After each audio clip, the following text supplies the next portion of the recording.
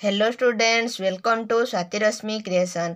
आमे तृतीय श्रेणी आम भाषा आम साहित्य बहिर जातीय कवि वीरकिशोर पद्यटीर अभ्यास करिबा।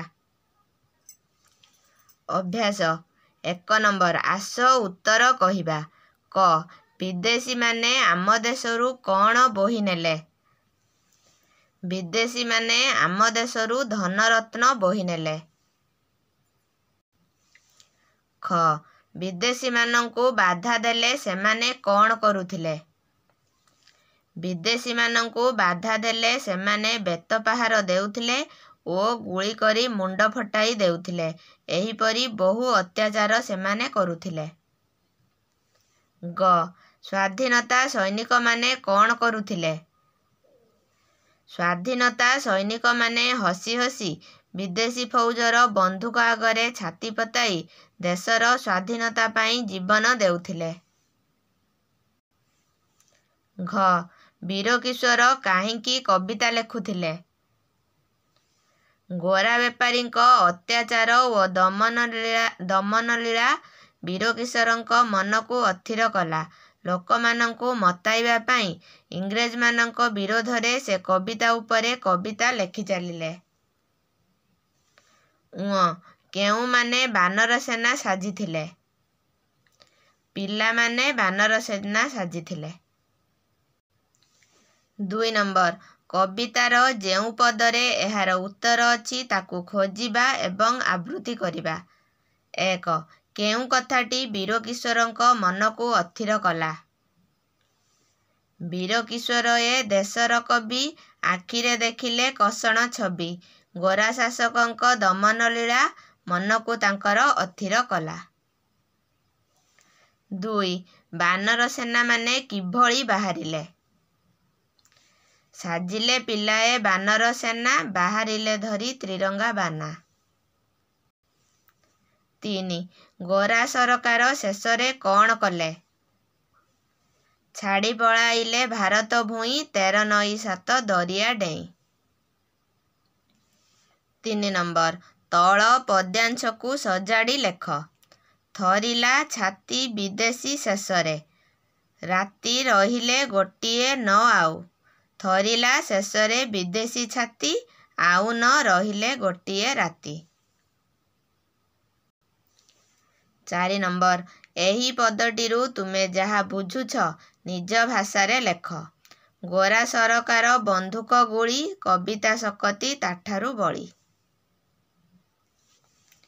गुली बंधुकर आघात केतेक लोकंकु आहत करिपारे, किंतु केते जनंकर मात्र प्राण नेई पारे। किंतु कविर लेखनीरू झरी पड़ुथिबा तातिला भावधारा कविता आकाररे देशर कोटी कोटी लोकंकु तताई दिए, मताई दिए, देश प्रेमरे पागल करी दिए। लोकमाने कविर कविता पढ़ी उद्बुद्ध होई गुली बंधुक आगरे निजर छाती पताई देबाकु डरंती नाही। तेणु गुली बंधुक ठारू कविर भाषा आहुरी टाण बोली कुहाଯାଇଛି। 5 नंबर, कवितार जेउ पद सह एही चित्रटीर संपर्क अछि सेही पदटी चित्र तले लेख। साजिले पिलाए बानर सेना, बाहारिले धरी त्रिरंगा बाना। 6 नंबर, निज अंचलर स्वाधीनता संग्रामी मानंकर तालिका प्रस्तुत करी लेख। शिवचरण विश्वाल, रामानुज दास।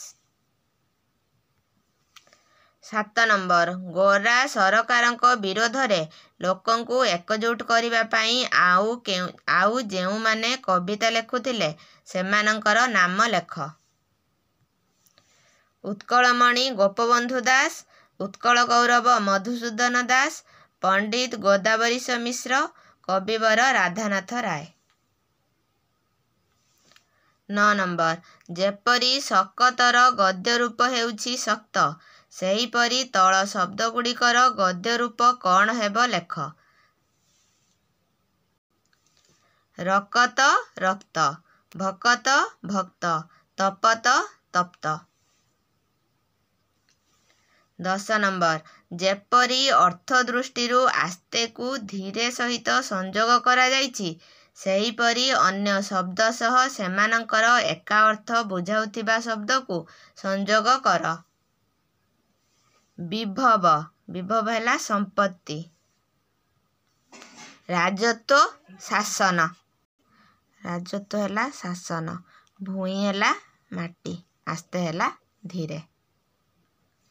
11 ନମ୍ବର, ବୀରକିଶୋରଙ୍କୁ କାହିଁକି ଜାତୀୟ କବି କୁହାଯାଇଛି? ଆସ ଆଲୋଚନା କରିବା।